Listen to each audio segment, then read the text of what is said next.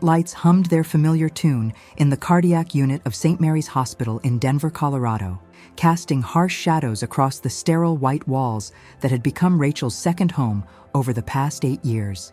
At 34, she had devoted her entire adult life to healing others, pouring every ounce of her compassion into patients who came and went like seasons, leaving her feeling increasingly empty with each passing year. Her marriage to David had crumbled 6 months earlier, not from any dramatic betrayal or heated arguments, but from the slow erosion of two people who had simply grown apart, like branches on a dying tree. The divorce papers sat unsigned on her kitchen counter, a constant reminder of the life she was supposed to want, but never truly felt was hers. Rachel had always been the good daughter, the perfect student, the devoted wife who attended church every Sunday and smiled at all the right moments during social gatherings. But underneath the carefully constructed facade, something had been stirring for years, a restlessness she couldn't name or understand. She threw herself into her work with an intensity that worried her colleagues, volunteering for double shifts and covering holidays, anything to avoid the suffocating silence of her empty apartment. The other nurses whispered about her dedication, calling her a saint, but Rachel knew the truth was far more complicated. She was running from something she couldn't face, hiding behind the noble profession that allowed her to care for others while neglecting the growing void within herself. It was on a rain-soaked Tuesday evening in March when everything changed. The ambulance arrived with sirens wailing, carrying a 28-year-old woman who had suffered a severe heart attack during what should have been a routine morning jog through Washington Park. The patient was unconscious, her face pale as moonlight, with dark hair that fell in soft waves across the pillow like spilled ink. Dr. Martinez worked frantically to stabilize her condition, while Rachel assisted with the precision of someone who had witnessed countless similar emergencies. But there was something different about this case, something that made Rachel's hands tremble slightly as she checked vital signs and adjusted monitors. When the woman finally opened her eyes 3 days later, Rachel was there, adjusting the IV drip and checking the cardiac monitor that beeped steadily in the background. Their eyes met for the first time, and Rachel felt something shift inside her chest, a recognition that went deeper than professional concern. The patient's eyes were the color of autumn leaves, warm and deep, holding a sadness that seemed to mirror Rachel's own hidden pain. "Where am I?" the woman whispered, her voice hoarse from the breathing tube that had been removed only hours earlier. "You're safe," Rachel replied, her own voice softer than usual. "You're at St. Mary's Hospital. I'm Rachel, your nurse. You had a heart attack, but you're going to be okay." The woman tried to sit up, but Rachel gently pressed her shoulder back against the pillows. "What's your name?" Rachel asked, though she already knew from the chart. "Emma," came the reply, followed by a weak smile that sent an unexpected warmth through Rachel's entire being. Emma Rodriguez was an artist who had moved to Denver from Santa Fe 2 years earlier, chasing dreams of gallery shows and creative freedom that had proven more elusive than she had hoped. She lived alone in a small studio apartment in the Arts District, spending her days painting landscapes that captured the raw beauty of the Colorado mountains, and her nights questioning every choice that had led her to this solitary existence. The heart attack had been a shock to everyone, including the doctors who struggled to understand how someone so young and apparently healthy could suffer such a severe cardiac event. Tests revealed a rare genetic condition that had gone undiagnosed for years, a ticking time bomb that had finally exploded during what should have been an ordinary morning run. As the days passed, Rachel found herself spending more time in Emma's room than strictly necessary, drawn by something she couldn't explain or rationalize. She would linger during medication rounds, asking questions about Emma's art and listening to stories about life in Santa Fe, with an attention that surprised them both. Emma, for her part, began to look forward to Rachel's visits with an anticipation that had nothing to do with medical care. There was something about the nurse's gentle presence that made the sterile hospital room feel less like a prison and more like a sanctuary. They talked about everything and nothing, sharing stories about their families, their dreams, and the disappointments that had shaped their lives in ways they were only beginning to understand. The hospital's rigid schedules and constant interruptions made their conversations fragmented, but each interaction felt like pieces of a puzzle slowly coming together. Rachel learned that Emma had always felt like an outsider in her traditional Mexican-American family, the artist among engineers and teachers, who couldn't understand why she insisted on pursuing a career that offered no security or stability. Emma discovered that Rachel had been raised in a conservative Baptist household in Colorado Springs, where any deviation from the expected path was met with disappointment and gentle correction. Both women carried the weight of living up to other people's expectations, of trying to fit into molds that had never felt quite right. The late spring sunshine streamed through Emma's hospital room window as her condition gradually improved, but neither woman seemed eager to discuss the inevitable discharge that loomed on the horizon. Rachel had begun timing her breaks to coincide with Emma's mealtimes, sitting in the chair beside the bed and sharing stories about her patients, carefully avoiding any mention of her crumbling marriage or the divorce papers that remained unsigned. Emma sketched constantly, her hands moving across the pages of a notebook that Rachel had brought her from the hospital gift shop, creating small masterpieces that captured the play of light across the walls or the gentle curve of medical equipment with an artist's eye for beauty in unexpected places. One afternoon, while checking Emma's medication chart, Rachel noticed that her patient was sketching something different. Instead of the usual still life studies, Emma was drawing faces, and Rachel felt her breath catch when she realized one of them was her own.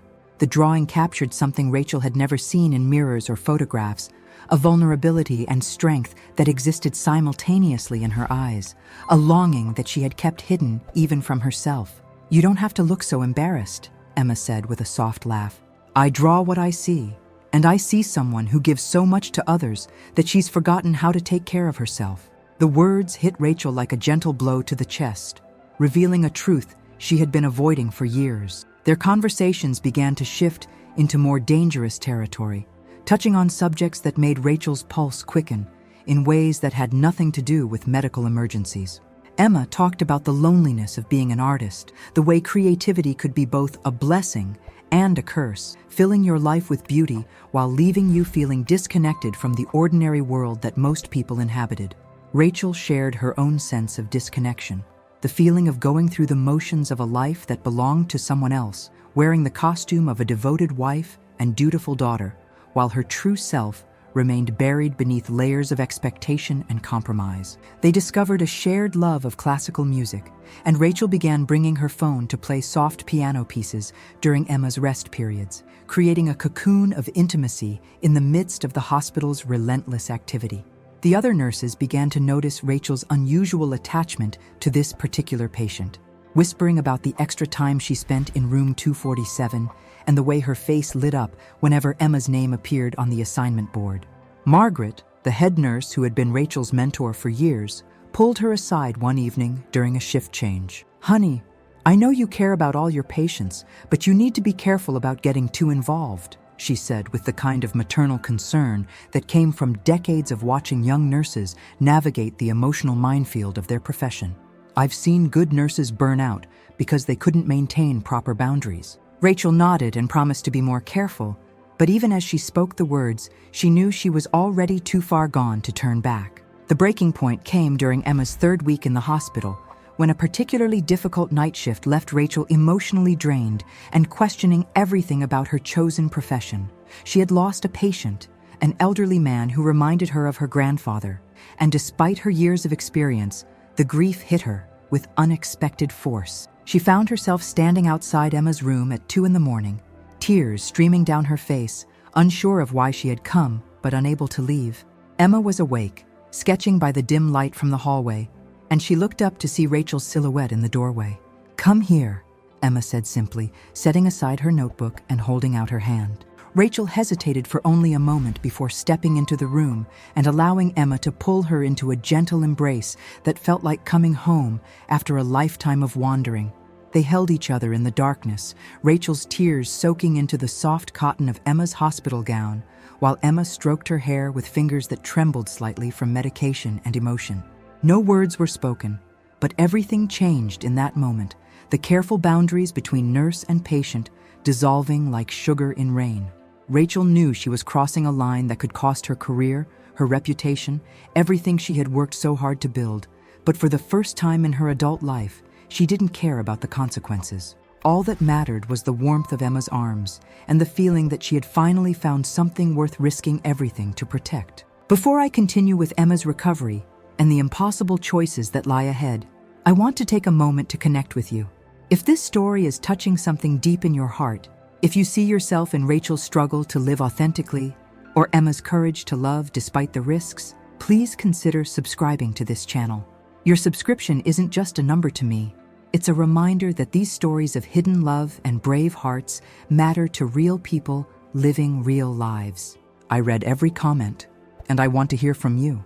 Have you ever felt like Rachel, trapped between who you're supposed to be and who you really are? Share your thoughts below, because your story might be exactly what someone else needs to hear today. This community we're building together is more than just entertainment. It's a safe space where love in all its forms can be celebrated and understood. Emma's discharge date was set for the following Monday, a fact that hung over both women like a storm cloud, threatening to break. The medical team was pleased with her recovery, the cardiac medications were stabilizing her condition, and the genetic counselor had provided a comprehensive plan for managing her newly diagnosed condition. But neither Rachel nor Emma could bring themselves to discuss what would happen when the hospital room that had become their sanctuary was no longer available to them. The real world waited beyond those walls, with its rules and expectations and the carefully constructed lives they had built before fate brought them together in the most unlikely of circumstances. Rachel's marriage had officially ended while Emma was in the hospital. The divorce papers finally signed during a brief meeting in a lawyer's office that felt surreal and anticlimactic. David had been surprisingly understanding, admitting that he too had felt the distance growing between them for years. "I hope you find whatever it is you're looking for," he had said, and Rachel realized that he had seen her struggle even when she couldn't see it herself. The relief she felt was overwhelming, but it was quickly replaced by terror at the unknown future that stretched ahead of her. For the first time in her adult life, she was completely free to make her own choices, and the responsibility was both exhilarating and terrifying. Emma's family arrived from Santa Fe on Saturday, filling her room with the warm chaos of multiple generations, speaking in rapid Spanish and English, bringing homemade food and worried faces and enough flowers to transform the sterile space into a garden.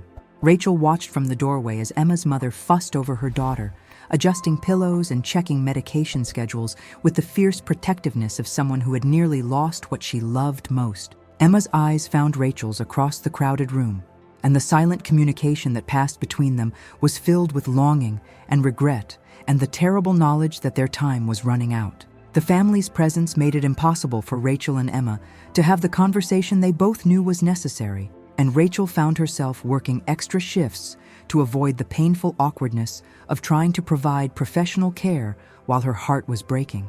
She threw herself into other patients' needs with a desperation that didn't go unnoticed by her colleagues, who began to worry about her obvious emotional distress. Margaret cornered her again on Sunday evening, this time with less gentle concern and more direct questioning. "Rachel, I've been doing this job for 30 years, and I've never seen a nurse this attached to a patient. What's really going on here?" The truth hung in the air between them, unspoken, but clearly understood. Rachel's face crumpled as she finally acknowledged what everyone else had already suspected. "I'm in love with her," she whispered, the words feeling both foreign and completely natural on her tongue. "I know it's wrong. I know it's against every rule in the book, but I can't help it. She makes me feel like myself for the first time in my entire life." Margaret's expression softened with understanding rather than judgment. "Honey, the heart wants what it wants, but you need to think about what you're risking here. This hospital, your career, your reputation, everything you've worked for could be gone if this becomes public knowledge." The weight of Margaret's words settled over Rachel like a heavy blanket. But even as she nodded in agreement, she knew that her heart had already made its choice. Some things were worth losing everything for, and Emma's love had awakened something in her that couldn't be put back to sleep. The question wasn't whether she was willing to risk her career for this relationship, but whether she was brave enough to build a completely new life from the ground up. Emma represented everything Rachel had been afraid to want, a love that was real and honest and completely outside the safe boundaries of conventional expectation. Monday morning arrived with the kind of crisp clarity that only comes after a storm has passed, leaving the world washed clean and full of possibility. Emma's discharge papers were processed efficiently. Her family gathered around her wheelchair with suitcases and well wishes and plans for a quiet recovery in Santa Fe. Rachel managed to maintain her professional composure throughout the formal goodbye, checking medication instructions and providing care guidelines with the competence that had made her reputation as one of the hospital's most reliable nurses. But when Emma pressed a small folded paper into her hand during their final handshake, Rachel felt her carefully constructed facade begin to crack. Later that evening, alone in her apartment for the first time since the divorce, Rachel unfolded Emma's note with trembling fingers. The message was simple, but earth-shattering in its implications. If you're brave enough to choose love over safety, I'll be at the Riverside Coffee Shop on Blake Street every morning at 7 until you're ready to talk. If you don't come, I'll understand, but I'll never stop hoping that you will. Love always, Emma. Rachel read the words over and over until they were memorized, then sat in her empty living room and cried tears of joy and terror as she realized that her real life was about to begin. I know that some of you are holding your breath right now, wondering if Rachel will find the courage to meet Emma at that coffee shop, hoping against hope that love will triumph over fear. Your investment in this story means everything to me, and I want you to know that every like, every comment, every moment you spend here is cherished. Please hit that subscribe button if you haven't already, because stories like this one need a community of believers to keep them alive. I want to hear about your own moments of courage, the times when you chose love over safety, the moments when you stepped outside your comfort zone to chase something real. Share your stories in the comments below, and let's create a space where authentic love is celebrated in all its beautiful, complicated forms. Your experiences might be exactly what another viewer needs to hear to find their own courage. Tuesday morning dawned gray and overcast, with the kind of persistent drizzle that makes Denver feel more like Seattle and gives everyone an excuse to stay indoors with their safe routines and familiar disappointments. Rachel stood at her bathroom mirror, staring at her reflection while coffee grew cold on the kitchen counter, and the clock ticked steadily towards 7 o'clock. She had spent the entire night alternating between wild fantasies of running away with Emma and harsh reality checks about the impossibility of their situation. Her nursing career represented 8 years of education and hard work, a steady income, health insurance, retirement planning, and the respect of her community. Emma represented the unknown, a leap into darkness with no guarantee of where she might land. The drive to Blake Street took exactly 12 minutes from Rachel's apartment, a fact she had calculated obsessively while lying awake in the darkness. She sat in her car across from the Riverside Coffee Shop, watching through rain-streaked windows as early morning commuters hurried past with umbrellas and purposeful expressions. At 7:03, she saw Emma emerge from a taxi, moving carefully but steadily toward the coffee shop entrance. Even from a distance, Rachel could see the way Emma paused before going inside, looking around hopefully, as if she might spot a familiar figure among the strangers. The sight of that hopeful hesitation nearly broke Rachel's resolve entirely. For 27 minutes, Rachel remained frozen in her car, watching Emma through the coffee shop window as she sat alone at a small table near the front, occasionally glancing toward the door with the kind of patient expectation that suggested this wasn't the first morning she had come here hoping. Rachel's phone buzzed with text messages from the hospital, reminders about her upcoming shift, and a request to cover for a colleague who had called in sick. Real life was calling her back to safety, to the predictable world where she knew exactly who she was supposed to be and what was expected of her. All she had to do was start the car and drive away, and this entire chapter could be closed like a book she had never actually read. But then Emma stood up and began gathering her things, clearly accepting that Rachel wasn't coming, and something inside Rachel's chest cracked open like an egg releasing new life. Without conscious thought, she found herself running across the street, dodging puddles and startled pedestrians, her heart pounding with more intensity than any cardiac emergency she had ever witnessed. She burst through the coffee shop door just as Emma was putting on her jacket, and their eyes met across the crowded space with an impact that silenced every other conversation in the room. "I'm sorry I'm late," Rachel said breathlessly, though they both knew she wasn't late at all, just terrified. "I wasn't sure you were coming," Emma replied, her smile brighter than the gray morning light filtering through the windows. They ordered coffee with the awkward politeness of two people who had shared their deepest secrets but had never been on an actual date, finding a quiet corner booth where they could talk without the entire coffee shop overhearing their conversation. The transition from nurse and patient to two women exploring the possibility of love was more complicated than either had anticipated, filled with uncertainties about boundaries and expectations and the strange intimacy that had developed in such unusual circumstances. "I need you to know that I've never felt this way about anyone before," Rachel said, her hands wrapped around her coffee cup like a lifeline. "Not my ex-husband, not anyone. You've awakened something in me that I didn't even know existed, and it's beautiful and terrifying at the same time." Emma reached across the table and covered Rachel's hands with her own, a gesture that felt both incredibly natural and impossibly brave in the public setting of the busy coffee shop. "I know exactly what you mean," she said. "I've had relationships before with women and men, but nothing that felt like coming home the way this does. When I was lying in that hospital bed thinking I might die, the only thing that gave me peace was knowing that I had found you, even if it was at the worst possible time." The honesty of her words hung in the air between them, creating a bubble of intimacy that made the rest of the world fade into background noise.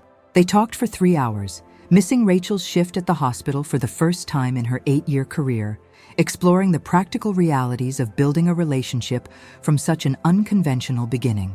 Emma's health would require ongoing medical care and lifestyle changes that would affect any partner she chose. Rachel's career would need to be protected carefully, and they would have to navigate the complex ethics of their initial meeting with sensitivity and discretion. Emma had been planning to return to Santa Fe to be closer to her family during her recovery, but now that plan felt like another obstacle to overcome, rather than a simple decision. The conversation that would change everything came when Emma asked the question they had both been avoiding. "What do you need from me to make this work? What would it take for you to choose this, choose us, despite all the complications?" Rachel felt her heart stop and restart as she considered her answer. "I need to know that you're willing to build something real with me, not just a relationship based on the intensity of what we experienced in the hospital. I need to know that you see a future for us that includes ordinary days and boring conversations and all the mundane parts of life that don't involve life or death drama."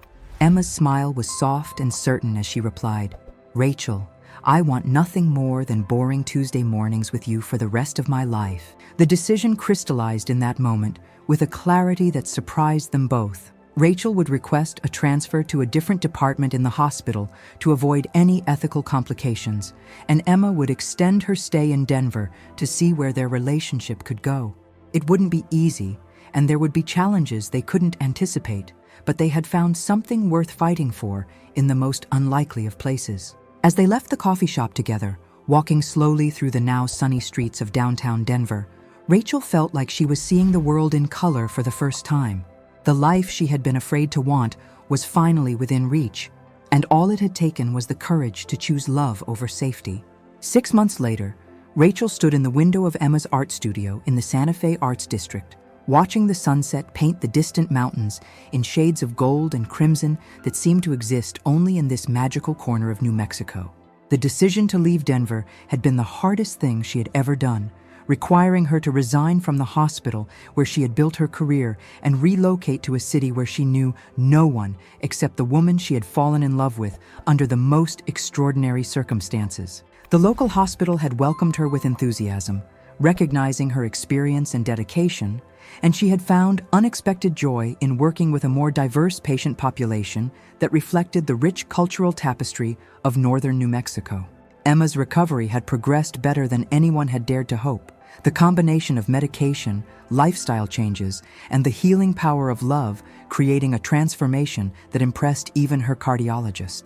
Her art had taken on new depth and vibrancy, influenced by her experience of nearly losing everything and then finding more happiness than she had ever imagined possible.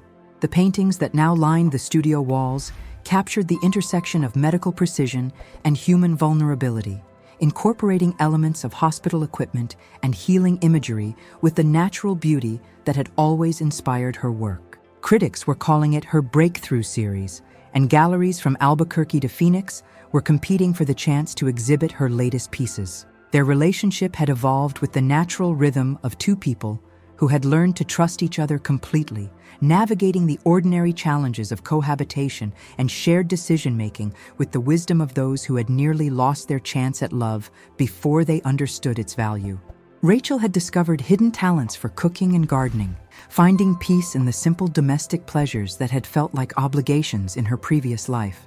Emma had become an expert at reading Rachel's moods and knowing exactly when to offer comfort, conversation, or simply silent companionship after particularly difficult shifts at the hospital.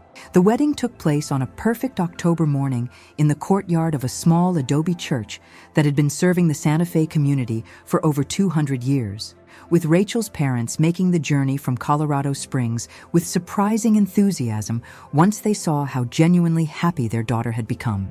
Emma's extended family embraced Rachel with the warmth and generosity that characterized their approach to everything in life, teaching her to make tamales and speak Spanish and understand the complex dynamics of a household where 3 generations lived within walking distance of each other. The ceremony itself was small and intimate, focusing on the promises they made to each other, rather than the spectacle that often overwhelms the meaning of such occasions. Dr. Martinez, who had treated Emma during her heart attack, served as one of their witnesses, having become a close friend and supporter of their relationship once he understood the genuine love that had developed from their initial medical encounter.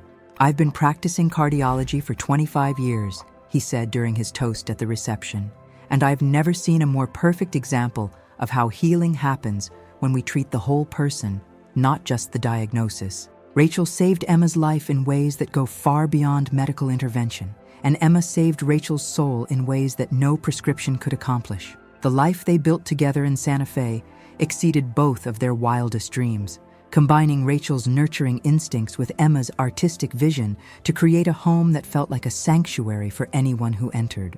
Rachel learned to see the world through an artist's eyes, noticing details and beauty that her medical training had taught her to overlook in favor of efficiency and problem-solving.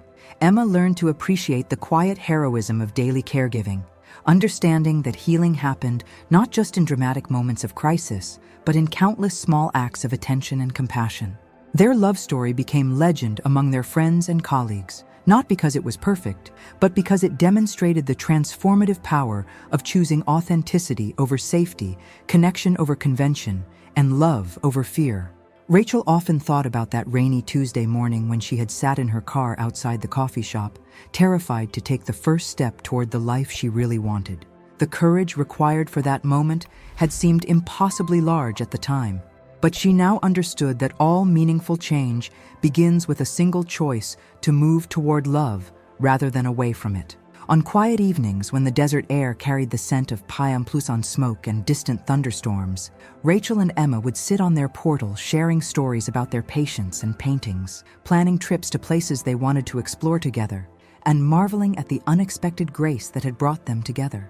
They had learned that love could indeed heal what medicine alone could not touch, that 2 broken souls could create something whole and beautiful when they were brave enough to trust each other completely.